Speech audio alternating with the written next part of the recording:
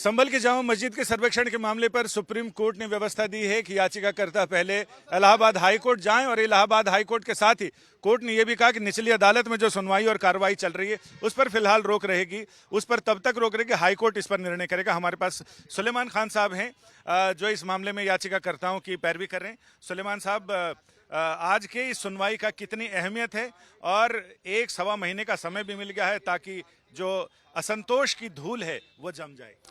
बहुत ही अहम फैसला है सुप्रीम कोर्ट का। सबसे अहम बात तो यह है कि सबसे पहले सुप्रीम कोर्ट की बेंच ने, जस्टिस संजीव खन्ना और जस्टिस संजय कुमार की बेंच ने ये कहा कि लॉ एंड ऑर्डर और पीस मेंटेन होना चाहिए।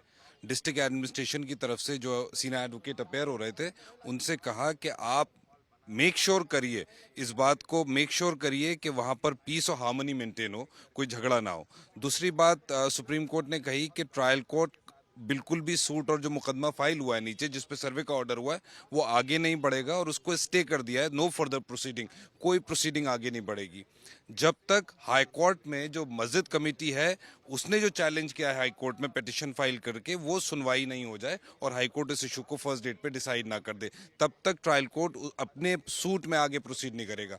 तीसरी बात कही कि जो एडवोकेट कमीशन अपॉइंट हुई थी या कमिश्नर जो अपॉइंट हुए थे जिन्होंने सर्वे कराए, उनकी अगर कोई रिपोर्ट है तो वो रिपोर्ट सील्ड कवर में ट्रायल कोर्ट में रखी जाएगी और उसको खोला नहीं जाएगा, मतलब उसे महफूज रखा जाएगा। तो ये 3-4 बहुत अहम बातें हुई हैं। एक तो पीस एंड हार्मनी मेंटेन करने की, दूसरा सूट की प्रोसीडिंग पे स्टे हो गया टिल द टाइम जब तक high court Jama Masjid committee की अपील जो वो फाइल करेंगे सर्वे ऑर्डर के अगेंस्ट, जो 19 नवंबर का ऑर्डर था उसके अगेंस्ट अपील की जब तक सुनवाई नहीं होगी तब तक सूट स्थगित रहेगा, स्टे रहेगा, स्टेटस को रहेगा। और तीसरी इंपॉर्टेंट बात यह है कि जब भी हाई कोर्ट में अपील फाइल होगी चैलेंज करते वो 3 दिन के अंदर लिस्ट करी जाएगी हाई कोर्ट के द्वारा। यानी अब ये सारा मामला, सारा फोकस हाई कोर्ट पे शिफ्ट हो गया है। हाई कोर्ट ही अब इस मामले में जो चैलेंज है 19 नवंबर 2024 के ऑर्डर को जो चैलेंज करेगी मस्जिद कमेटी हाई कोर्ट के सामने, उसे हाई कोर्ट डिसाइड करेगी। लेकिन यहाँ जो स्पेशली पिटीशन फाइल हुई है उसकी डेट फर्स्ट वीक ऑफ जनवरी में, वीक स्टार्टिंग 6 जनवरी में लगा दिया गया है।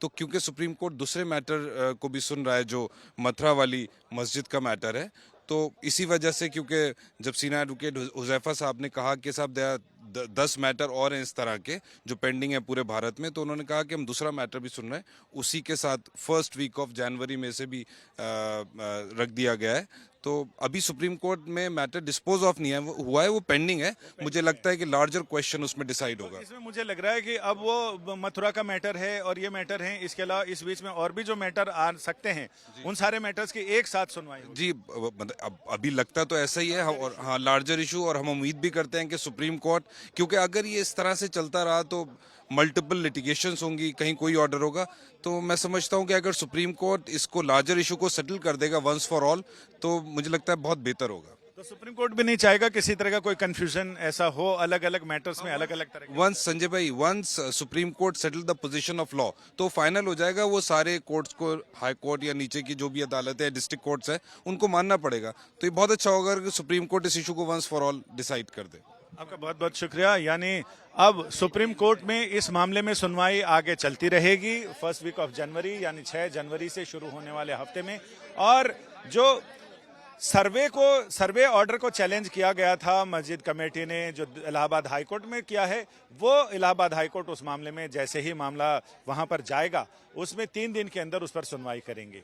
सुप्रीम कोर्ट ने यथास्थिति बहाल रखने को कहा है। संभल में जामा मस्जिद के मामले में विष्णु शंकर जैन हमारे साथ हैं, इनसे बात करते हैं। विष्णु जी, ये बताइए कि सुप्रीम कोर्ट का यह आदेश किन के लिए जीत है, किन के लिए हार है, या फिर यथास्थिति है? देखिए, यथास्थिति का ऑर्डर है, इसमें ना कोई जीत है ना कोई हार है।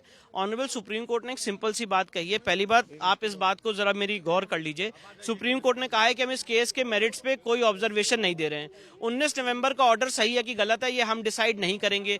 आप इस ऑर्डर को, 19 नवंबर के ऑर्डर को ही चुनौती दी गई थी जो सिविल जज सीनियर डिवीजन ने पारित किया है।